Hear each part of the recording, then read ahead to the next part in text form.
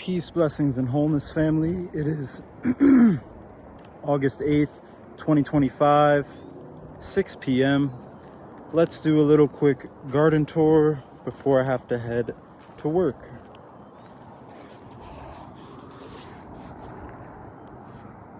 First row right here, these are a whole bunch of bush beans that I'm sowed as a cover crop and potentially we'll get a harvest off of before the first frost. The second bed here, this is all a cover crop of oats, maybe some radishes mixed in there. And this third bed is buckwheat and oats, all germinating nicely. And this fourth bed, we have beans straight down the middle, another bush bean variety. I also did soybeans over here too, organic soybeans, so we'll see if those germinate. And then may do potatoes down the rest of this back half of the row. This mound right here had spring potatoes, early spring potatoes. We harvested those, ate those, they were very good. And then the rest of this row is fall potatoes planted in early July. Some of them had laid dormant, maybe because they weren't getting enough moisture, but now the whole row is filling out, so that's very exciting. Dwarf curly kale that I started in April inside our apartment, that's doing fairly well, made a nice comeback. And the two celeries that we thought were dead actually made a resprout. So they had enough established root system where they were able to resprout with the amount of moisture that was given to them.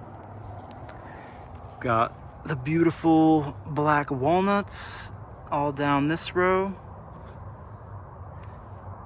And got a little grass cover crop with sweet potato slips intermixed. More bean cover crop right here. That leaves the rest of that row open. And then this row with the row cover, 2 rows of mustard greens, 3 rows of lettuce for cut and come again. I just watered, the sun's going down, so we're gonna retain that moisture, give everything some shade, and we'll open it back up in the daytime or in the rising and water it again. All of the dumpster Brussels sprouts are doing fairly well. I got a new cool addition to the nursery. This is actually some native Great Basin rye, Great Basin wild rye. So propagating this, gonna expand that out. There's this beautiful blackberry here, taken off, pruned last fall and then again in the spring with the growth that then in overwinter, and racked with some blackberries. There's some lemon balm over here, sage, and then oregano down on the end there. This is the Mother Gaia sunflower. So beautiful. The leaves are so huge, and I did not plant that. None of the sunflowers here were planted. These are all volunteers. But this one in particular is a different variety than all of the other sunflowers. As you can see how tall it is. It's going up. I guess the other ones are pretty tall too, but this one has a big flower on it. Bigger flower. Blackberries are coming through underground, coming up in the garden beds. That's perfectly okay. And then this last bed right here has a whole bunch of fall and winter spinach that is germinating very nicely with the help of the shade. The sunflower tomato also doing fairly well with that afternoon shade. So these are all a whole bunch of more cold hardy greens in this row with no cover, doing some experiments. Collard green transplant, more potatoes, and that's kind of the whole gauntlet for today.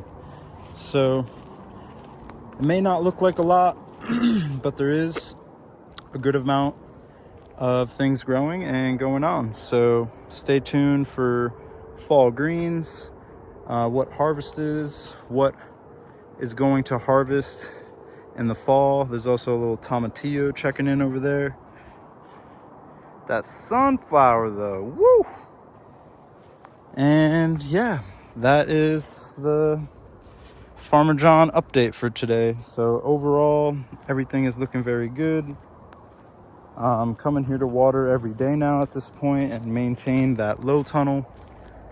And everything is set forward in a good motion for this fall's garlic crop planting. So peace, blessings, wholeness, and we'll see you on the next one. Thank you for your support.